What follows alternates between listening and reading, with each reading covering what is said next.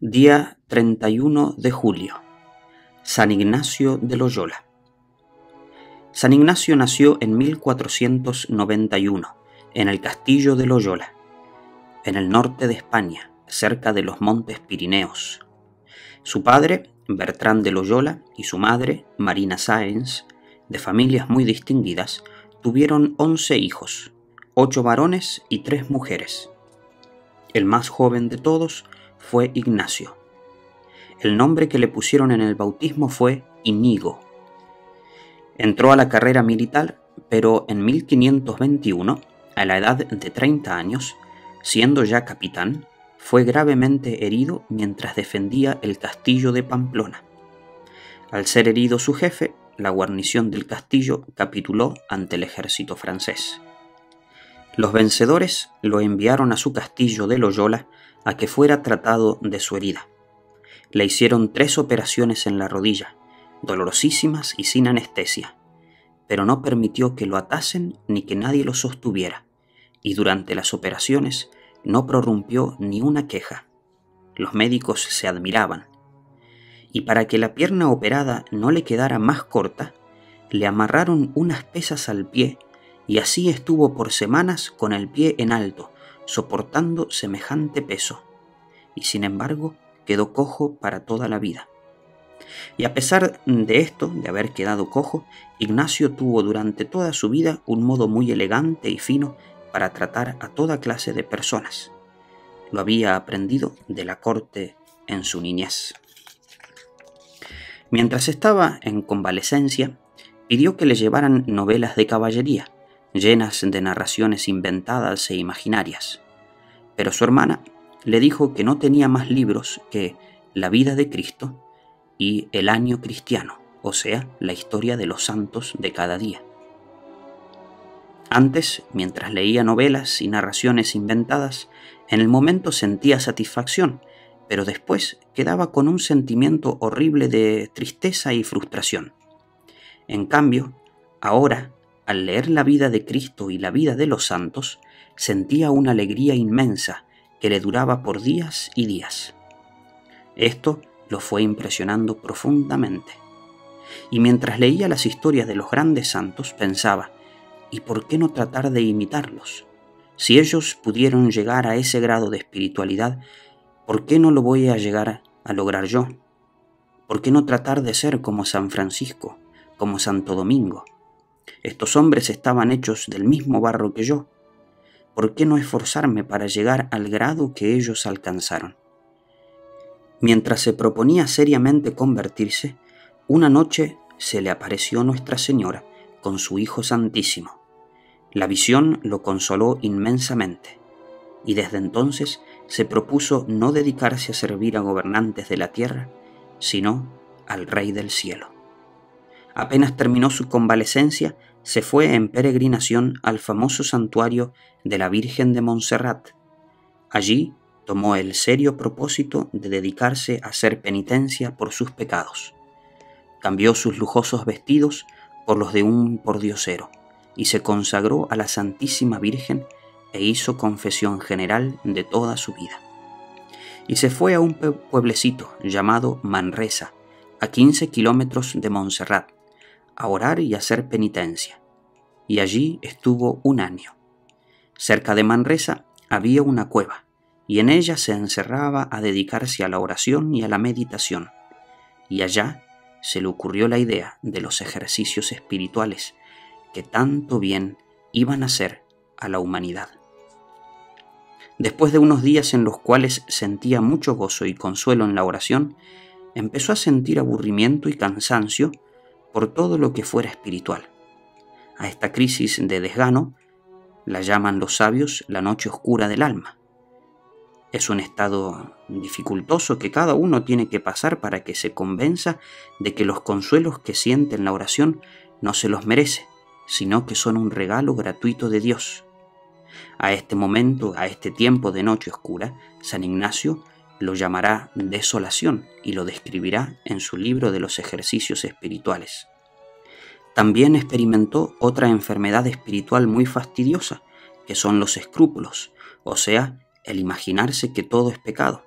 Esto casi lo lleva a la desesperación, pero iba anotando lo que le sucedía y lo que sentía, y estos datos le proporcionaron después mucha habilidad para poder dirigir espiritualmente a otros convertidos y, según sus propias experiencias, poderles enseñar el camino de la santidad. Allí, orando en Manresa, adquirió lo que se llama el discernimiento de espíritus.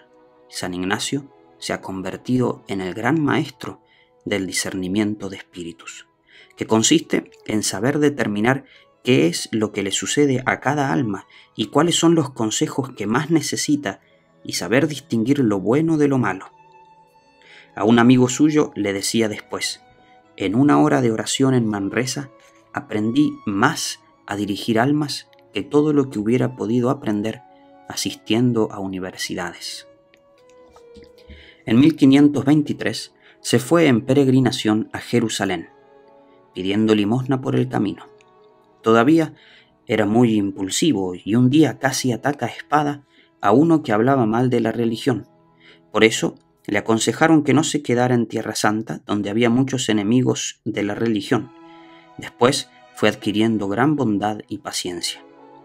A los 33 años empezó como estudiante de colegio en Barcelona, España. Sus compañeros de estudio eran muchos jóvenes y mucho más jóvenes que él, y se burlaban mucho de él. Él toleraba todo con admirable paciencia.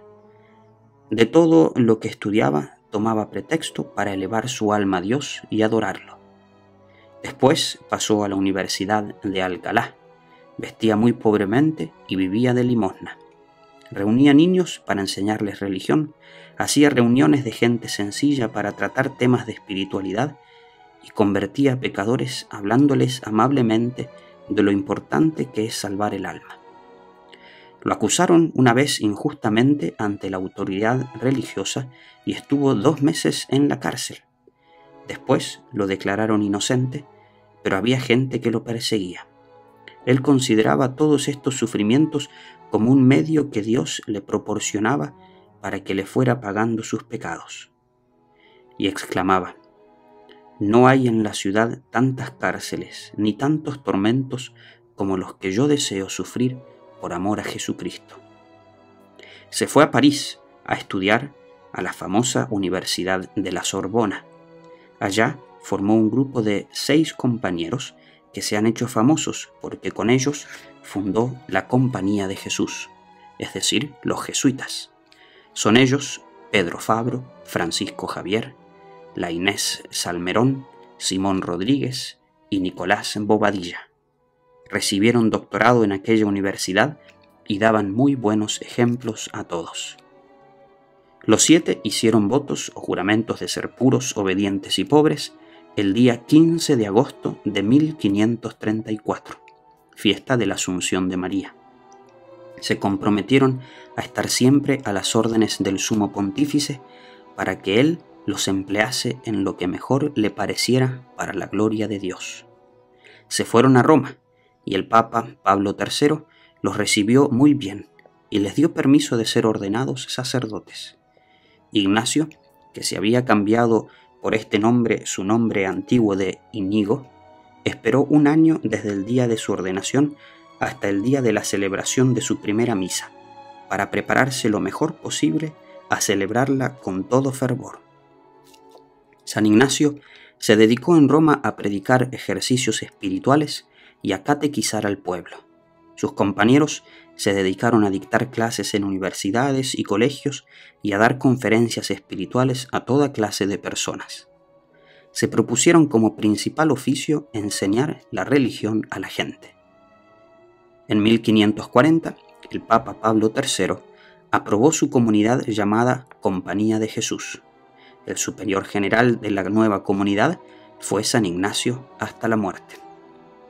En Roma pasó todo el resto de su vida.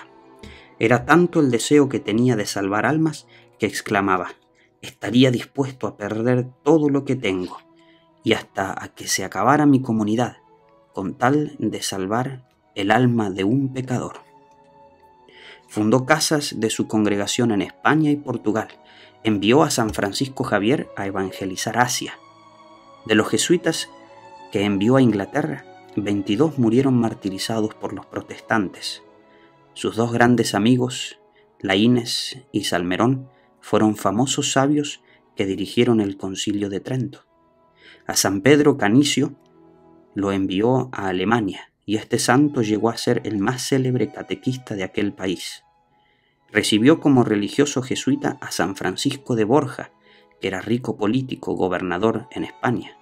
San Ignacio escribió más de 6.000 cartas dando consejos espirituales a los miembros de su comunidad dispersos por el mundo en las misiones.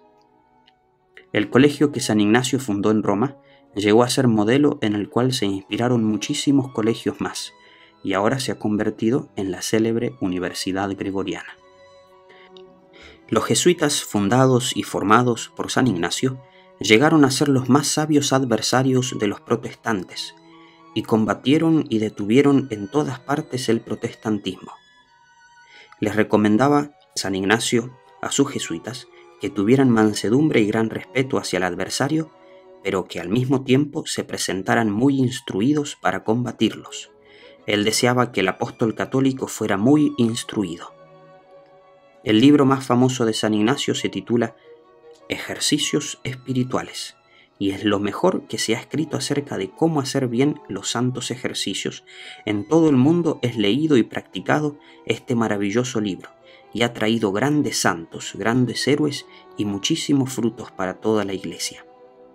Su lema era «Todo para mayor gloria de Dios», y a ello dirigía todas sus acciones, palabras y pensamientos, a que Dios fuera más conocido, más amado y mejor obedecido. Muy caritativo con todos, especialmente con los enfermos, recomendaba que en las conversaciones no se emplearan frases muy autoritarias, como de quien se imagina que en lo que dice no puede equivocarse. Recomendaba mucho a todos que estudiaran lo más posible, pero corregía con valentía a los que veía muy orgullosos y engreídos por sus estudios, o a los que por dedicarse todo el tiempo a estudiar no dedicaban el tiempo suficiente a rezar o a enseñar catecismo. Siempre estaba alegre.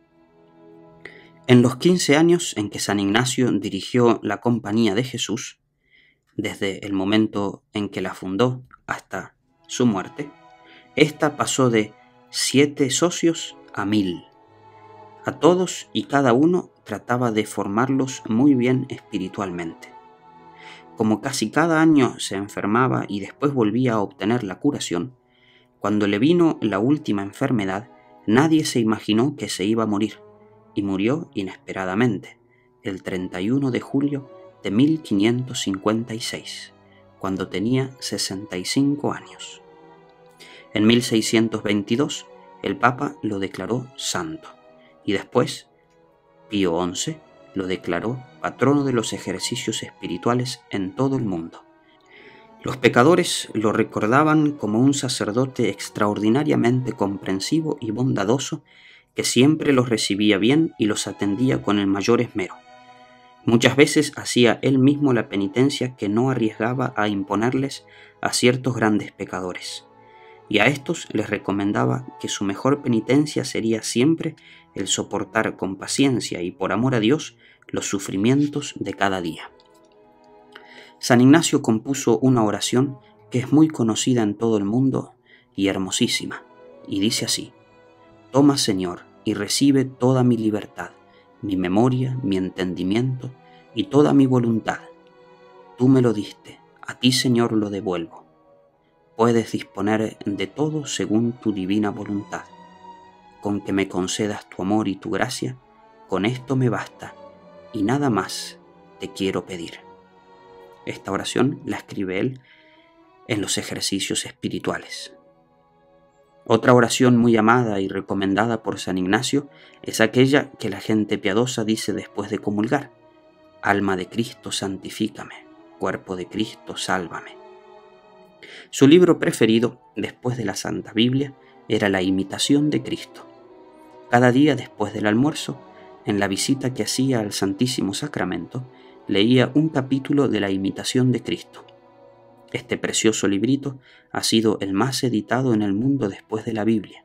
Tiene ya más de 3000 ediciones y abriéndolo donde a uno le salga, al azar, le dice consejos maravillosamente apropiados para ese momento. San Ignacio, ruégale a Dios por todos los que como tú deseamos extender el reino de Cristo y hacer amar más y más a nuestro divino Salvador.